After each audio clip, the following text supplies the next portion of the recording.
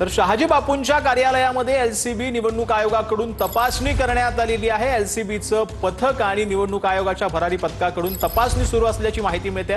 सांगोल्यामध्ये शहाजी बापू पाटलांची उत्तर सभा संपताच पोलीस पथक कार्यालयामध्ये दाखल झाल्याची माहिती मिळते। कार्यालयामध्ये व्हिडिओ रेकॉर्डिंग करीत ही आता तपासणी सुरू करण्यात आली। गेल्या अर्धा तासापासून ऑफिसमध्ये तपासणी सुरू असल्याची माहिती मिळत आहे। तर शहाजी बापू पाटील यांनी भाजपला कडवं आव्हान जे आहे ते सांगोल्यामध्ये दिलेलं आहे।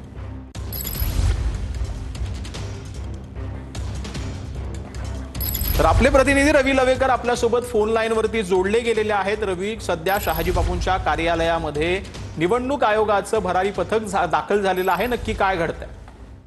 बरोबर आहे सचिन। आज खरं तर नगरपालिकेचे नगराध्यक्ष पदाचे उमेदवार आनंद माने यांच्या प्रचारार्थ आज सभा होती आणि उत्तर सभा झाल्यानंतर शहाजी बापू पाटील ऑफिसमध्ये आले। तर ऑफिसमध्ये आल्यानंतर 2 मिनिटांमध्ये पथक दाखल झालं आपल्याला पाहायला मिळतं। तर बघितलं एलसीबीचं पथक आणि जे भरारी पथक आहे दोघांनी मिळून संयुक्त हे करता तपासणी सुरू केली आपल्याला पाहायला मिळते। तर त्यांनी कॅमेऱ्याच्या माध्यमातून संपूर्ण ऑफिसची तपासणी करताना आपल्याला पाहायला मिळतं। ऑफिसमध्ये बसलेल्या सर्वांना ज्या त्या जागेला त्यांनी थांबवलेलं आहे। आत कोणाला एंट्री देत नाहीत किंवा बाहेरच्याला आत सोडत नाहीत, अशा पद्धतीने तपासणी सुरू होते। त्यामुळे संपूर्ण सांगोल्यामध्ये एक प्रकारची चर्चा सुरू झालेली की भाजपला खरं शहाजी बापूंनी कडवं आव्हान दिलं होतं। त्याचबरोबर आज दुपारी जर आपण बघितलं तर मुख्यमंत्र्यांची सभा देखील आज झाली होती। त्यावेळेस देखील लोकांना एक चर्चा होती की आज बापूंवर काहीतरी कारवाई होऊ शकते, अशी देखील चर्चा होती। मात्र सभा झाल्याच आज लगेचच ही कारवाई सुरू झाल्यामुळे परत उलट सुद्धा चर्चा देखील आता उधाण आलेला आहे। सचिन, धन्यवाद रवी या संपूर्ण सविस्तर माहितीसाठी। तर शहाजी बापूंच्या कार्यालयात व्हिडिओ रेकॉर्डिंग जी आहे ती करण्यात येते। शहाजी बापूंच्या कार्यालयामध्ये एलसीबी आणि निवडणूक आयोगाचं भरारी पथक जे आहे ते दाखल झालेलं आहे आणि त्याचं व्हिडिओ शूटिंग देखील केलं जात आहे। तपासणी जी आहे ती निवडणूक भरारी पथकाकडून केली जाते।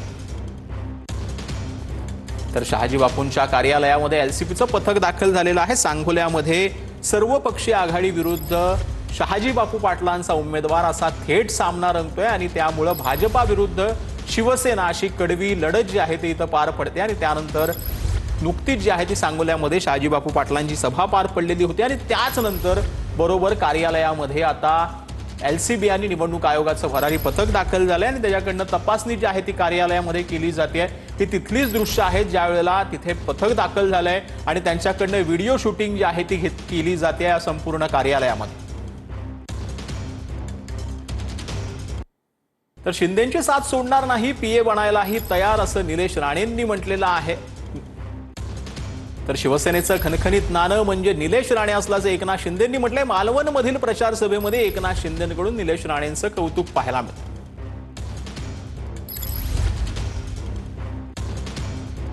कुठलीही ऑफर द्या, कुठे काही असू दे, निलेश राणे शेवटच्या श्वासापर्यंत सन्मान्य एकनाथ शिंदे साहेबांबरोबरच राहणार। उद्या काही जरी नाही मिळालं, कुठेही नाही, जरी कुठे काय मी गेलो, घरात जरी बसलो, मी तर पत्रकारांना पण सांगितलं की साहेब जर कुठे पीए कमी पडत असेल ना तर मी साहेबांचा पीए बनायलाही तयार आहे। लक्षात ठेवा, त्याच्यात कमीपणा नाही। निलेश म्हणजे शिवसेनेची भगवी रेष आहे।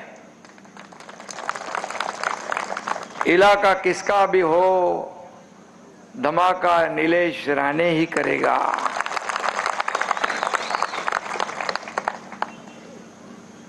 शिवसेनेचे खणखणीत नाणं म्हणजे निलेश राणे, शिवसेनेचं खणखणीत नाणे म्हणजे निलेश राणे, हेही मी या ठिकाणी सांगतो। आणि निलेश कधी घाबरत नाही, कारण राणे साहेबांचं बाळकडू त्याला मिळालेलं आहे।